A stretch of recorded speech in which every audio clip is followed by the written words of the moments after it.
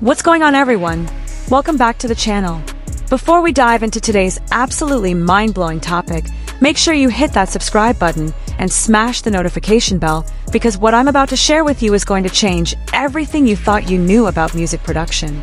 We're talking about something that has the entire music industry in complete shock right now, and it involves two members of BTS who just decided to throw out the rulebook and create something that shouldn't even be possible. Let's get into this. So imagine this scenario. You're sitting in one of the most advanced recording studios in Los Angeles. The room is filled with some of the best sound engineers in the world, people who've worked with everyone from Beyoncé to Kendrick Lamar. And suddenly, through the studio monitors, you hear something that makes everyone stop what they're doing. It's a sound that combines the smoothness of R&B vocals, the raw energy of hip-hop production, and the emotional grandeur of a full orchestral arrangement. But here's the thing that's blowing everyone's mind. These three elements aren't just layered on top of each other like you'd expect in a typical genre fusion. They're woven together so seamlessly that you can't tell where one ends and another begins. It sounds like a single unified piece of music that somehow encompasses all three genres at once. And the two people responsible for creating this sonic miracle? Jimin and Suga from BTS. Now I know what some of you might be thinking. Artists combine genres all the time, right? We've heard hip-hop with orchestral elements before. We've definitely heard R&B mixed with hip-hop beats. So what makes this different? Why are industry professionals, Grammy-winning producers, and music critics saying this is revolutionary? Well, let me break it down for you. And trust me, by the end of this video, you're going to understand why fans literally cannot believe what they're hearing when snippets of this music leak online. The story begins in July 2025, when BTS reunited after completing their mandatory military service. All 7 members came back together, but they weren't the same artists who had gone on hiatus. Each member had spent their time away exploring their individual artistry, pushing their personal boundaries, and discovering new facets of their musical identities. For Suga and Jimin, this period of individual growth would become the foundation for what many are now calling the most innovative musical collaboration of the decade. Suga had spent his solo era diving deep into the underground hip-hop world. His album D-Day wasn't just a commercial release, it was a statement of artistic intent. He worked with producers who operate completely outside the mainstream pop system, people who care more about sonic experimentation than radio play. He learned production techniques that most K-pop producers would never even consider. Industrial sounds, atonal elements, unconventional time signatures, aggressive distortion. He was building a toolkit of production skills that pushed way beyond the boundaries of what people expected from a BTS member. But here's what's interesting. During this same period, Suga also developed a deep appreciation for classical music and orchestral arrangements. He spent time studying the works of composers like Debussy and Rachmaninoff, not because he wanted to make classical music, but because he wanted to understand how they created emotional depth and complexity through layered instrumentation. Meanwhile, Jimin was on a completely different journey. His 2 solo albums, Face and Muse, showcased his evolution into one of the most technically skilled and emotionally expressive vocalists in pop music. But what most people don't know is that during this period, Jimin wasn't just working on his vocals. He was studying music theory, learning about harmonic structures, and exploring how different vocal techniques could create different emotional effects. He worked with R&B vocal coaches who taught him the nuances of runs, riffs, and ad-libs. He learned how to use his voice not just to carry a melody, but to add texture and emotional color to a song. And perhaps most importantly, he developed an understanding of how vocals could interact with complex instrumental arrangements, how a voice could weave in and out of different sonic layers rather than just sitting on top of them. When these two artists came together in that Los Angeles studio in July 2025, they weren't just bringing their individual skills to the table. They were bringing 2 completely different philosophies about music, 2 different approaches to creativity, and 2 different visions of what pop music could be. And somehow, miraculously, these different visions didn't clash.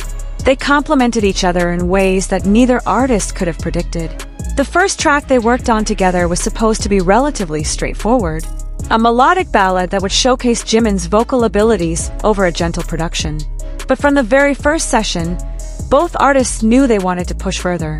Suga started the track with a simple piano melody, something beautiful and classical in its structure.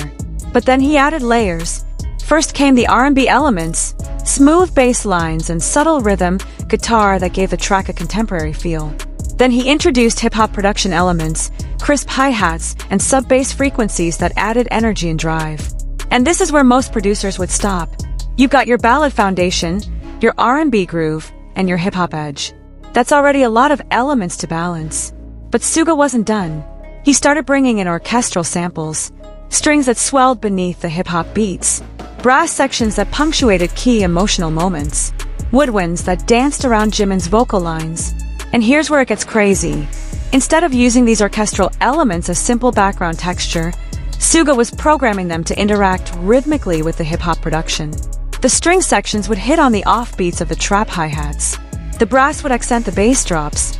The woodwinds would fill in the spaces between the R&B guitar licks. He was creating a production where classical orchestration, R&B groove, and hip-hop rhythm weren't just coexisting. They were actively working together as a single rhythmic and harmonic unit. Now, most vocalists, even great ones, would struggle to know what to do with a production this complex. How do you sing over something that's simultaneously a ballad, an R&B track, a hip-hop song, and an orchestral piece? Where does your voice fit in this dense sonic landscape? This is where Jimin's evolution as an artist became crucial. Instead of approaching the track as a traditional vocal performance where you just sing the melody clearly over the instrumental, Jimin started thinking about his voice as another instrument in the arrangement.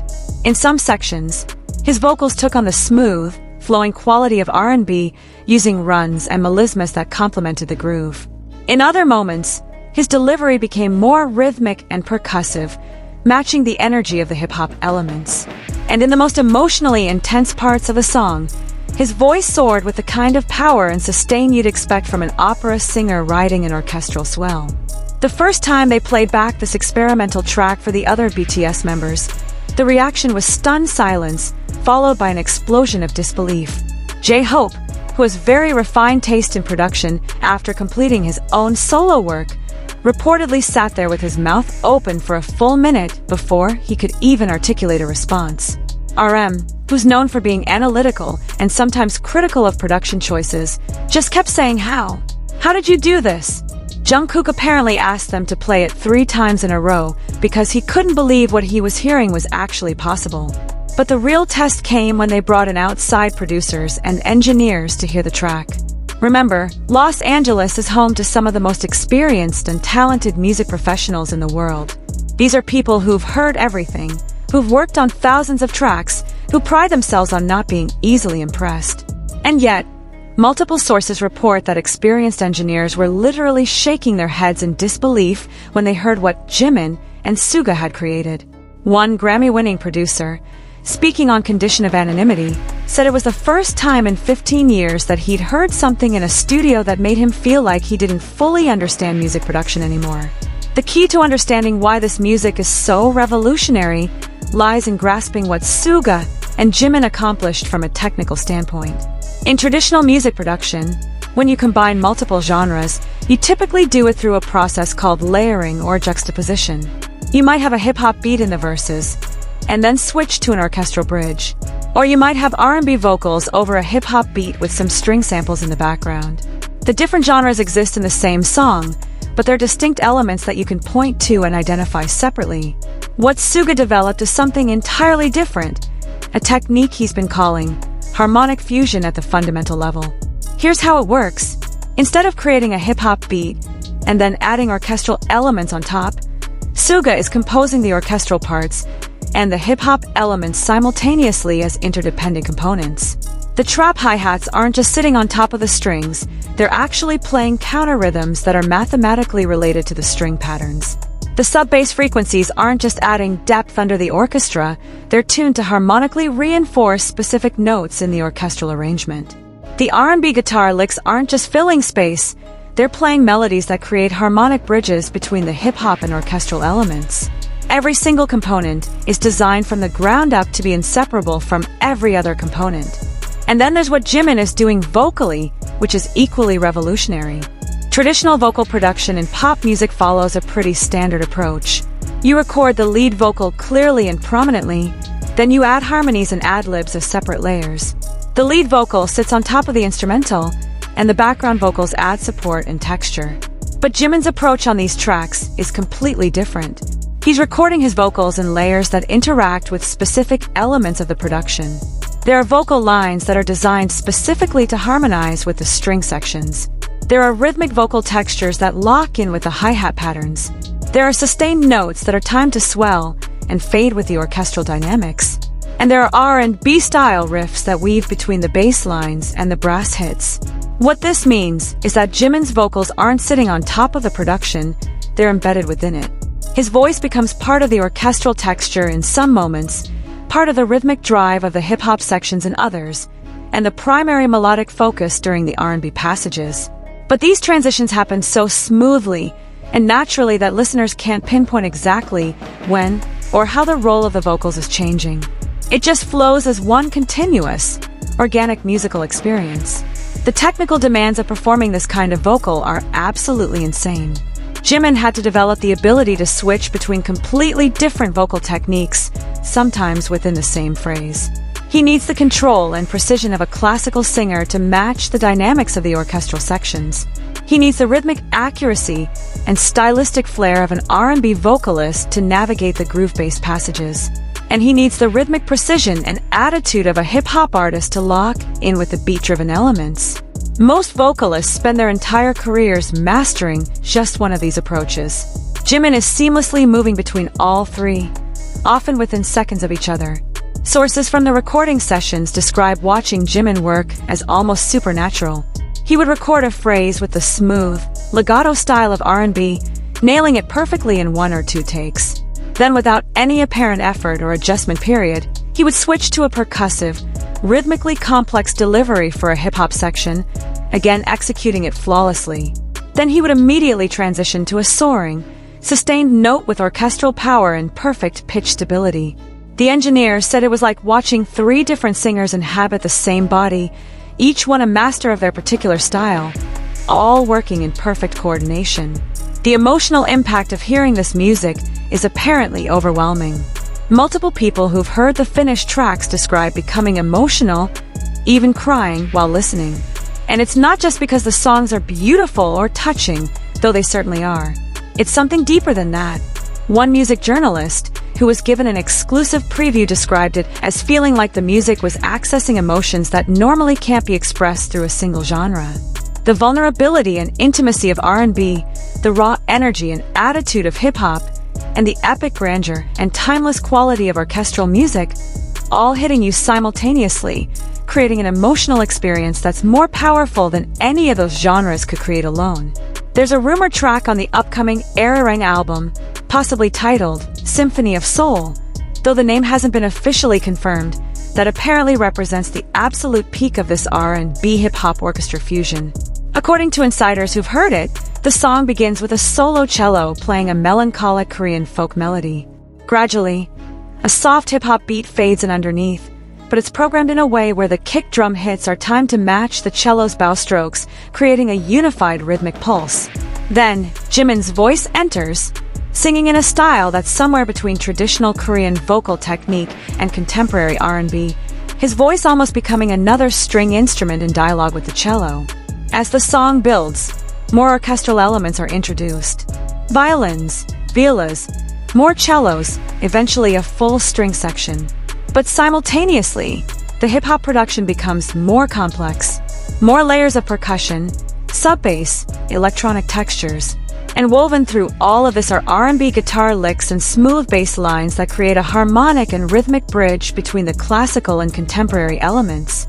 Jimin's vocals evolve along with the production, becoming more powerful and complex, adding harmonies and ad-libs that interact with both the orchestral and hip-hop components. The song apparently reaches a climax where all 3 genres are at full intensity simultaneously. A complete orchestra playing a massive, emotionally charged arrangement.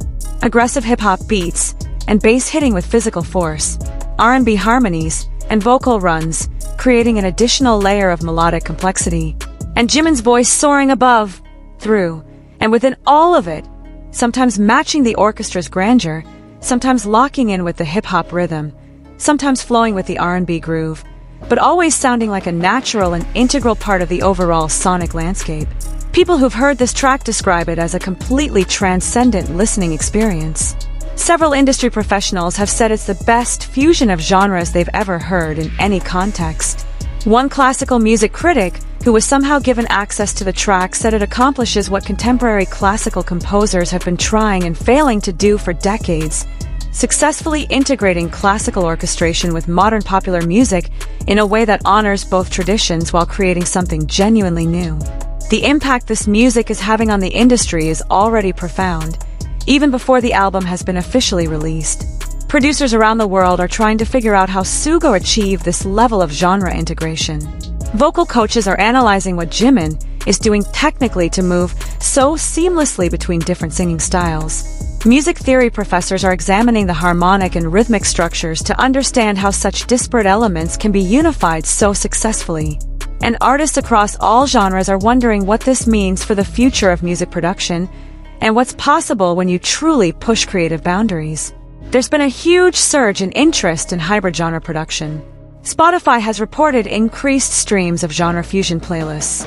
YouTube is seeing a flood of tutorial videos attempting to break down the techniques, though most producers admit they can only grasp the surface of what Suga and Jimin are doing. The full depth of the innovation requires not just technical skill, but also the kind of instinctive musical understanding and creative chemistry that can't be easily replicated. Music production software companies are reportedly working on new tools designed to make this kind of complex genre fusion more accessible to producers, though they acknowledge that tools are only part of the equation. Educational institutions are taking notice as well. Berklee College of Music has apparently fast-tracked the development of a new course module on advanced genre fusion techniques, using preliminary analysis of the Jimin-Suga collaborations as a foundation. The Juilliard School, traditionally focused on classical music, has reached out to Big Hit Music, inquiring about the possibility of having Suga give a masterclass on integrating classical orchestration with contemporary production.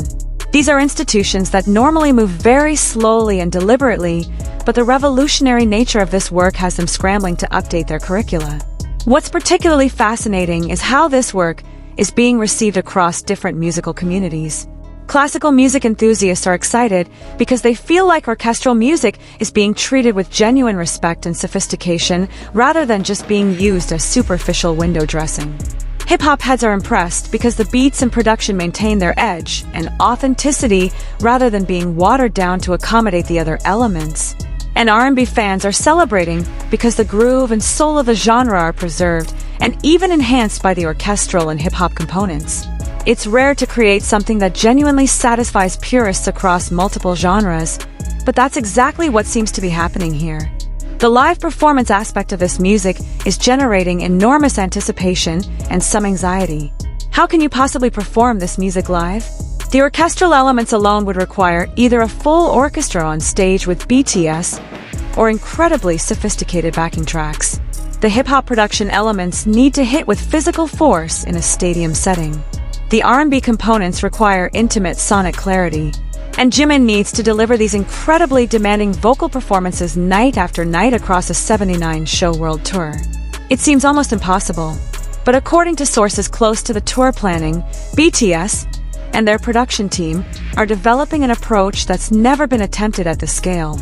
For major stadium shows, they're planning to actually have orchestral sections on stage with them, real musicians playing in real time alongside the group. But it won't be a traditional orchestra setup.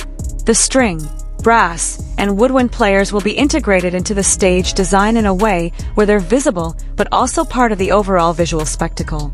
They'll be wearing specially designed outfits that match the show's aesthetic. They'll have lighting and effects coordinated with their performances. The orchestra becomes part of the show rather than just an accompaniment. For the hip-hop and R&B elements, Suga will be positioned at a visible production station on stage where he can manipulate and trigger elements of the backing track in real time. This means the hip-hop beats and R&B grooves won't be just pre-recorded playback. Suga will be able to adjust them on the fly, responding to the energy of the crowd and the live orchestra, creating a truly dynamic performance where each night is genuinely unique. And Jimin, well, Jimin has apparently been training intensively to build the stamina and technical control necessary to deliver these performances consistently. He's working with vocal coaches, physical trainers, and even meditation instructors to develop the mental and physical endurance required. The fan reaction to leaked snippets of this music has been absolutely explosive. When a 10-second clip of what's believed to be from the Symphony of Soul track leaked online, it generated over 50 million views within 48 hours. The comment sections were filled with people expressing genuine disbelief. This can't be real. How is this possible? I've listened to this 100 times and I still can't believe what I'm hearing. Fan forums crashed from traffic overload as ARMY tried to dissect every element of the brief clip. Music theory discussions that would normally be limited to academic spaces were happening on Twitter and TikTok as fans tried to understand and explain what they were hearing. What's particularly interesting is how this music is resonating with people who aren't even BTS fans. Classical music enthusiasts who've never listened to K-pop are seeking out these leaked clips and expressing amazement. Hip-hop producers who typically dismiss pop music as too commercial are acknowledging the sophistication of the production. R&B vocalists are posting reaction videos where they analyze Jimin's technique with genuine respect and admiration. The music is transcending the typical boundaries of fandom and genre preference, appealing to people based purely on the quality and innovation of the artistry. Industry predictions about the commercial impact of this album are staggering. Some analysts are suggesting that Arirang could become the best-selling album of 2026 globally, potentially moving over 10 million units in its first year. Streaming projections are equally massive, with estimates suggesting the album could generate over 5 billion streams in its first 6 months. But beyond the commercial success, what people are really talking about is the cultural and artistic impact. There's a growing consensus that this album could be a watershed moment in pop music history, the point where genre boundaries started to truly dissolve and a new paradigm of musical fusion became the standard rather than the exception. So here's where we are right now. We're about 6 weeks away from the official release of Arirang on March 20th, 2026. We're about 10 weeks away from the start of the world tour on April 9th. And the anticipation is at a fever pitch. Fans are counting down the days, hours, and minutes. Industry professionals are clearing their schedules to make sure they can listen to the album the moment it drops. Music journalists are preparing in-depth analytical pieces. And everyone, from casual listeners to hardcore ARMY to professional musicians, is wondering the same thing. Can the full album possibly live up to the hype generated by these leaked snippets and insider reports? Based on everything we know, everything I've researched for this video, all the sources I've talked to, my answer is yes. Not only will it live up to the hype, but it's going to exceed it. What Jimin and Suga have created isn't just good music or even great music. It's a fundamental reimagining of what popular music can be. It's proof that you don't have to choose between artistic ambition and commercial appeal, between innovation and accessibility, between sophistication and emotional impact. You can have all of it if you're willing to work hard enough, push far enough, and trust your creative vision, even when it seems impossible.